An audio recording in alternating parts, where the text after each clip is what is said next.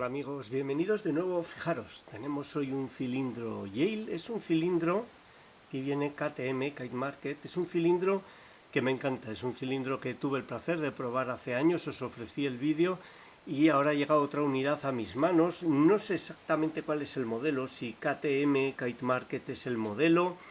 Pero es un Yale de serreta, aquí lo tenéis, con un bocallave muy abierto y que se comporta de un modo diferente a la mayor parte de los Yale. Fijaros en el bocallave, totalmente abierto. De hecho, ese perno, si no recuerdo mal, tiene doble diámetro porque si no se saldría dentro del bocallave. Habitualmente los Yale llevan spools, cerrados, cosas similares. Este no. No recuerdo exactamente lo que llevaba, pero por su comportamiento parece que son biselados. Fijaros, característico también estas protuberancias que entiendo que son anti-extracción o algo similar. Tiene pre-rotura programada aquí y luego este elemento que evitaría que se quitasen los tres últimos pernos, extraer el cilindro, barra anti-extracción. Es un modelo ya antiguo, pero muy curioso y que en su ganzuado no es lo habitual en el comportamiento de un Yale y por eso me encanta. Se asemeja muchísimo a los Tesa y a mí me encantan, lo sabéis, me he acostumbrado a ellos a lo largo de los años y me encanta ganzuar ese tipo de cilindros. Vamos a ver. Este cilindro me lo pasaron en la quedada, no recuerdo cuál es el propietario, tiene aquí esta O pintada y bueno, vamos a hacerle vídeo, vamos a intentar desmontarlo, esperemos que sobreviva y lo volveremos a poner en circulación. Yo ya tengo medio en mi colección, el que os ofrecí hace tiempo. Vamos allá, ahí está, funciona perfecto. Vemos la codificación, no está mal. Ahora que con este bocallave tan amplio que tiene, pues no es lo más relevante, es decir, aunque hubiese largos, cortos, intercalados por todo, son 6 pernos, pues no pasaría absolutamente nada porque tenemos un bocallave gigante en el que manejarnos perfectamente con cualquier ganzúa, por larga que sea. De hecho, yo creo que vamos a buscar una ganzúa larga. Lo ganzué en la quedada, no recuerdo qué es lo que utilicé. Vamos a ver si este encaja aquí bien. Sí, encaja bien. Vamos a utilizar este tensor de Vent. Ahí está. Y vamos a ver si cabe esta ganzúa. Es una ganzúa casera, un gancho extremadamente largo. Una versión del SDEF de Sparrows, pero más largo, ahí lo podéis ver. Vamos a ver si me deja entrar con él. Ahí hacemos zoom, iluminación. Siempre es difícil iluminar. Vamos allá, sin que haya sombras. Primero nada, aquí se requiere paciencia. Segundo nada, tercero, cuarto, quinto pide un clic. Sexto nada, primero, segundo, mucho retoque. Ahí el tercero pide. No creo que sean, tercero un clic, no creo que sean cerrados porque piden mucha tensión, una tensión muy alta. Ahí sexto, primero nada, segundo y tercero nada, cuarto de nuevo, un clic, quinto, sexto de nuevo, primero nada, este segundo, no, segundo nada, estaba a punto de pasarlo. Vamos a ver, primero, segundo, tercero nada, está colocado, cuarto, quinto, sexto, un clic de nuevo. Ya se van dando menos feedback, cuarto y quinto, sexto, y hay que ir con más cuidado para no pasarlos. Segundo pide un clic. Vamos a ver, tercero nada, cuarto nada. Aparentan estar colocados, pero en cualquier momento vuelven a pedir. Primero, segundo, tercero, cuarto. Creo que quinto está ligeramente pasado. Vamos a ver. distensiono, vamos a ver si he recuperado, segundo hay un clic, primero, segundo, tercero, nada, cuarto, quinto está, sexto un clic, vamos poco a poco, segundo un clic, mientras dan clic hay esperanza. Esta ganzúa es un poco torpe, la punta es demasiado grande. De nuevo el sexto.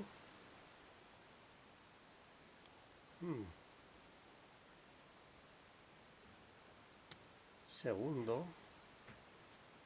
Tercero, nada. Cuarto, quinto. Sexto, nada. Vamos a ver, el primero pide. Primero un clic. Segundo, nada. Tercero, nada. Cuarto colocado. Quinto. Ahí creo que el sexto ha hecho un pequeño clic.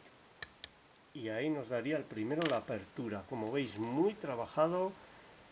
Típico comportamiento de biselados. Vamos a ver si realmente los tiene o no. No recuerdo lo que tenía el otro. Espero poder desmontar. Es una grupilla de presión. Vamos a verlo. Si se me cierra, pues volveré a ganzuarlo, quizás fuera de cámara. Me da miedo poner este lado. Vamos a poner un cangrejo, porque estoy casi seguro de que los contrapernos caben en el bocallave. Es un bocallave muy amplio. Vamos a ver si así podemos extraer esa grupilla de presión. Con un poco de suerte podremos. Vamos a sujetar la leva. Dejadme que quite esta grupilla y nos vemos en un momento analizando el interior.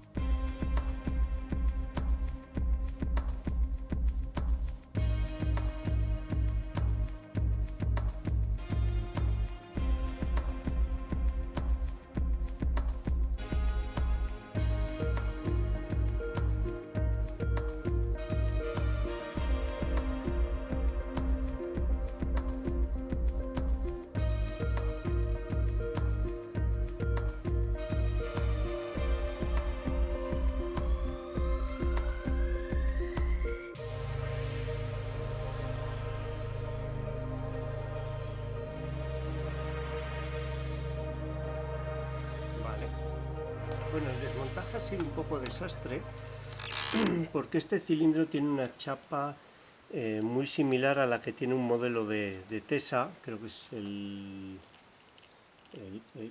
IPS, puede ser, una chapa aquí abajo que evita que al girar el cilindro los pernos se metan, y además tiene un hueco. Este yo creo que no tiene ese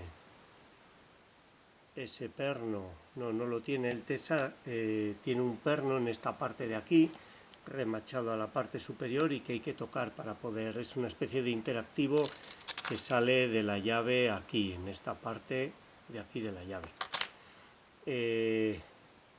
Al estar esta chapa aquí no me dejaba meter, el cangrejo, pero no me dejaba sacar el rotor. Entonces ya he visto que la única opción de montaje luego iba a ser con lentejas, desmontando parcialmente esta parte también. Así que he decidido sacarlo pensando que todos los pernos serían iguales. Fijaros en lo que tiene dentro. Es un poco de sorpresa. Los dos primeros se llenan como se hace tradicionalmente, desde este lado, y disponen de toda la longitud del cuerpo. Por eso llevan muelles grandes y llevan los típicos contrapernos que llevaría pues un Intesa.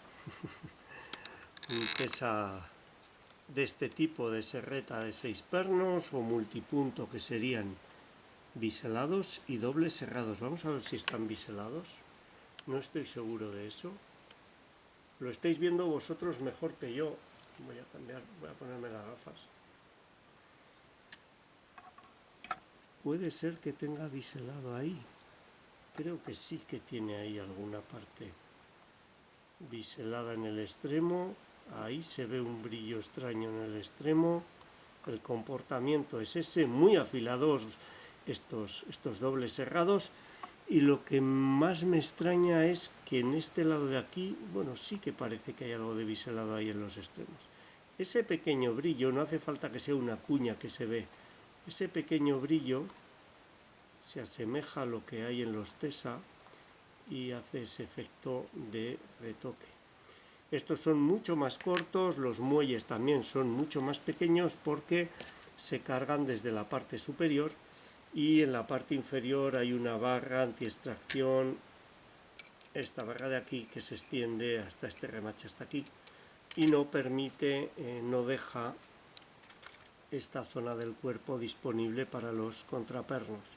Entonces aquí hay muelles grandes y contrapernos normales y aquí hay contrapernos pequeños, muelles pequeños, pero fijaros la pelea que ha dado, cómo ha resuelto convenientemente. Yo incluso me plantearía colocar contrapernos, pueden ser algo más largos, pero de vaso y biselados, como están estos. Ha funcionado muy bien, no se le puede poner ningún pero al diseño.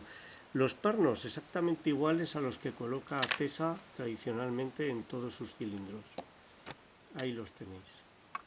Dos diámetros para controlar lo que sobresalen en el rotor, cerrados y biselados. Muy afilados, es una trampa en la que no hemos caído, creo.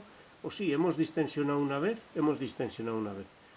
Buscan que se pasen, caer en la serradura, dejar que haya un pequeño falso y quedar atrapado ahí.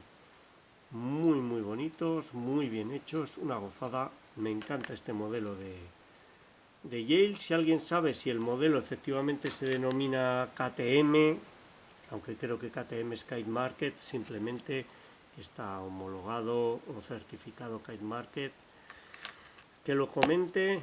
Una verdadera joya, me costará dejarlo ir, pero lo dejaré ir, lo pasaré a los compañeros. Y esta ha sido su apertura y desmontaje. Espero que os haya gustado, os sea útil y muchas gracias por vuestro tiempo. Un saludo.